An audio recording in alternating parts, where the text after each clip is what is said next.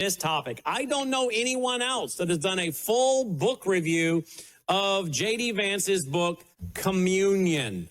Well, I have, and I have marked it up, friends. And this guy I thought was a weird dude before I read his book. Now I think he's a dangerous dude. I think I already thought he was dangerous, but he's weird. He's dangerous, in my opinion, theologically, politically, economically, the whole 9 yards. He is one weird dude, in my opinion, and I think he's too chicken to come on our broadcast, to be honest with you.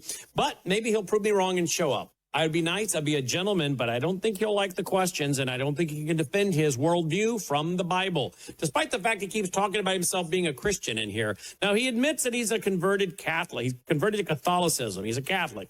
I guess he was raised in a Baptist church and whatnot, but he is not friendly, in my opinion, to the Christians. He likes to make fun of the Christians, apparently, from what I'm reading. He makes fun of my former Worldview Weekend speaker, Tim LaHaye. He says and Patrick's going to join us. He said in the mid-1990s, a wave of prophetic theory was sweeping through American evangelical churches. Tim LaHaye and Jerry B. Jenkins' blockbuster Left Behind books told the story of an impending apocalypse and were widely popular in Dad's church.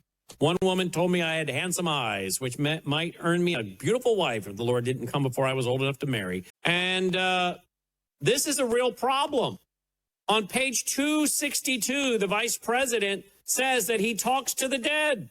He calls it the temple of the dead. He goes to this family plot cemetery to talk to his dead relatives. And he bought it so that his kids would have a place to, quote, visit and speak to their ancestors, end quote. He also talks about how he feels about a Darwinian evolution, the mixture of man as animal and divine combined. He talks about his love of that which is mystical.